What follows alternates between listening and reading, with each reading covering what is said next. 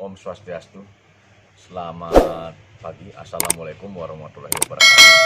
Salam sejahtera untuk kita semua. Salam Budayu. Baik rekan-rekan dimanapun Anda berada, pada pagi hari ini saya akan melanjutkan vlog saya membahas tentang beberapa catatan kritis saya yang belum saya sampaikan. Pada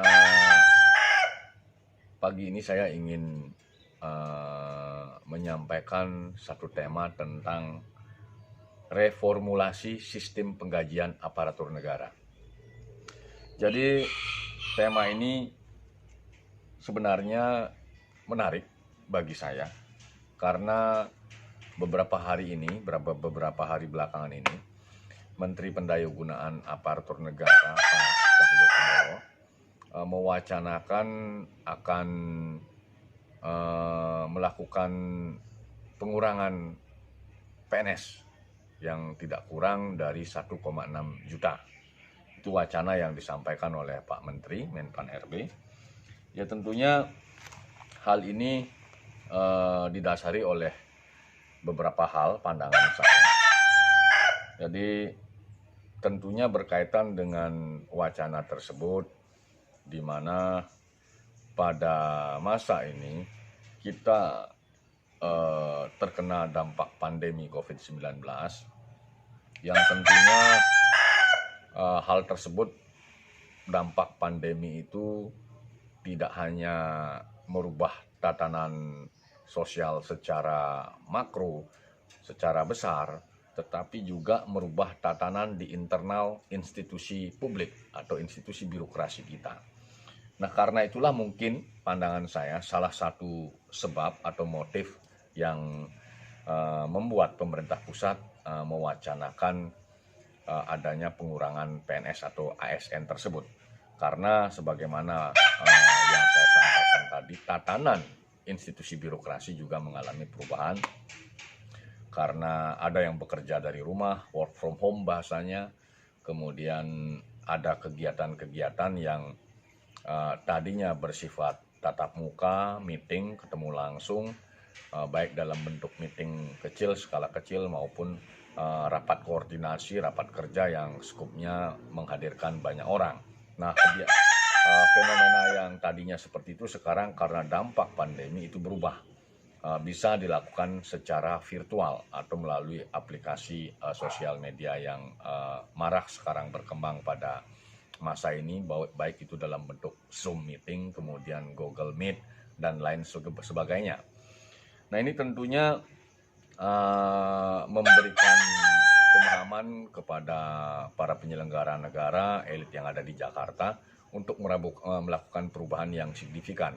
Sebagaimana arahan Presiden beberapa waktu yang lalu, ini kondisi tidak biasa, ini kondisi luar biasa, harus ada kebijakan yang luar biasa. Nah, salah satu mungkin pemikiran dari Kementerian Pan-RB, apa itu kebijakan yang luar biasa? Ya, salah satunya upaya untuk melakukan pengurangan ASN atau PNS tersebut. Nah, tentunya hal tersebut di samping juga merupakan satu wacana terobosan yang luar biasa pandangan saya, tetapi tentunya harus diikuti oleh terobosan lain yang berkaitan dengan tingkat kesejahteraan para aparatur negara, termasuk para pejabat politiknya. Karena situasi pandemi, situasi COVID ini, saya memiliki pandangan bahwasanya hampir semua para aparatur negara termasuk pejabat politik bisa ditengarai penghasilan mereka itu berkurang karena kegiatan-kegiatan bisa dikatakan sangat minim semester awal di tahun ini. Nah, tentunya referensi-referensi itu mendorong saya untuk menyampaikan gagasan reformulasi sistem penggajian aparatur negara dan pejabat politik. Nah, berkaitan dengan itu, kalau kita cermati regulasi yang mengatur, baik PP 15 yang mengatur tentang peraturan gaji PNS, kemudian PP nomor 17 yang mengatur tentang penggajian anggota Polri, kemudian PP 16 yang mengatur penggajian tentang peraturan gaji untuk anggota TNI. Kalau kita cermati PP-PP tersebut, itu ada yang merupakan perubahan ke-18, PP nomor 15 perubahan ke-18, kemudian PP 17 dan PP 16 itu perubahan ke-12. Ini peraturan pemerintah sudah diubah 18 kali, kemudian ada yang diubah 12 kali untuk sistem penggajian. Nah, itulah sebenarnya pandangan saya. Dari sisi perspektif hukum itu tidak elok ada regulasi diubah sampai 12 kali, sampai 18 kali. Lebih baik pandangan saya dari perspektif kebijakan publik, direformulasi saja, dibuat regulasi yang baru, yang notabene regulasi itu juga menjawab apa yang menjadi tantangan para aparatur negara dan para pejabat politik tersebut. Jadi artinya ketika nanti wacana pengurangan aparatur dilakukan, kemudian juga diikuti secara serta-merta bagaimana memformulasi sistem penggajian mereka yang baru. Karena kondisi COVID pandemi ini berbeda dengan kondisi normal.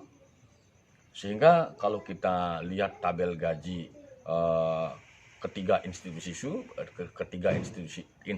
itu, PNS, TNI, Polri, kita ambillah contoh yang pangkat tertinggi, misalnya jenderal polisi, kemudian jenderal di TNI, kemudian PNS golongan 4E dengan masa kerja 32 tahun, itu gajinya di kisaran 6 juta. 6 juta berarti 200.000 per hari kalau dihitung 30 hari. Anggap hitung 30 hari. Artinya kalau mereka pejabat-pejabat itu tinggal di Denpasar, di Jakarta, di Surabaya, apa iya cukup? Nah, ini yang saya katakan, reformulasi sistem penggajian yang saya maksudkan itu harus dilakukan sebelumnya, melakukan survei, penelitian, berapa sih real kebutuhan mereka-mereka itu yang disesuaikan dengan klaster mereka. Termasuk ya dibantu juga bagaimana menghitung untuk para pejabat politik, misalnya para kepala lembaga negara, para anggota DPR RI, para anggota DPRD provinsi, para anggota DPRD kabupaten kota, sehingga ditemukan angka yang rasional, angka yang real di dalam kondisi COVID sekarang ini. Sehingga dengan ditemukannya angka-angka yang rasional tersebut sesuai kebutuhan mereka, sesuai kebutuhan para pejabat dan aparatur negara tersebut, tentunya ini membuat mereka tidak lagi berpikir, mohon maaf, paradigma perjalanan dinas bisa ditekan, bisa dikurangi. Karena perjalanan dinas sudah tidak bisa lagi, sangat sulit sekarang, karena semua kegiatan sudah bisa dilakukan melalui virtual. Nah, penggantinya itu adalah reformulasi sistem penggajian, tentunya dengan rasional. Kemudian kalau memang upaya itu bisa dilakukan dengan maksimal agar berimbang dan memberikan kepuasan kepada publik masyarakat selaku pengawas di eksternal, pemerintah juga mulai memikirkan bagaimana merumuskan hukum pembuktian terbalik. Nah, itu yang kita cermati, hukum pembuktian terbalik. Nah, ini harus diikuti, tidak hanya salary penghasilan mereka kita perbaiki, tetapi ada hukum pembuktian terbalik nantinya diterapkan di negeri ini, sehingga masyarakat terpuaskan dengan model atau pola yang diterapkan oleh pemerintah. Nah, kemudian berkaitan dengan skala tingkat penggajian di dalam reformulasi tersebut nantinya, tentunya harapan saya berkaitan dengan reformulasi itu yang tidak hanya dilakukan secara rasional, tetapi mampu menekan euforia yang pada saat sebelum pandemi itu berlomba-lomba untuk melakukan perjalanan dinas. Itu sisi dampak positifnya, sehingga para aparatur negara, para pejabat politik yang berasal dari yang bertugas di daerah-daerah itu totalitas bekerja untuk masyarakat, totalitas bekerja untuk publik, sehingga mereka fokus berada di daerahnya, termasuk yang pejabat-pejabat yang ada di Jakarta fokus bekerja di institusinya, di institusi pemerintah pusat, memikirkan apa yang menjadi tugas pokok mereka untuk menyusun kebijakan, membuat kebijakan, melaksanakan kebijakan demi untuk kepentingan publik.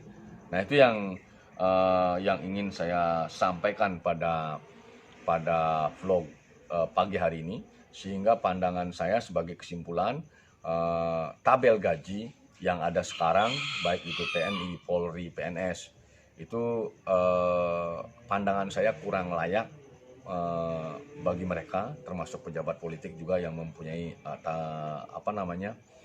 sistem sistem pemberian penghasilan, sehingga reformulasi ini maksudnya agar ada kenaikan, ada penambahan yang rasional, sehingga mereka mampu memberikan pelayanan yang terbaik, mereka mampu totalitas untuk bekerja untuk publik. Berapapun anggarannya, itu saya rasa tidak menjadi masalah sepanjang itu real cost bisa diberikan kepada mereka dan bisa dipertanggungjawabkan dalam bentuk penguatan peningkatan kinerja mereka.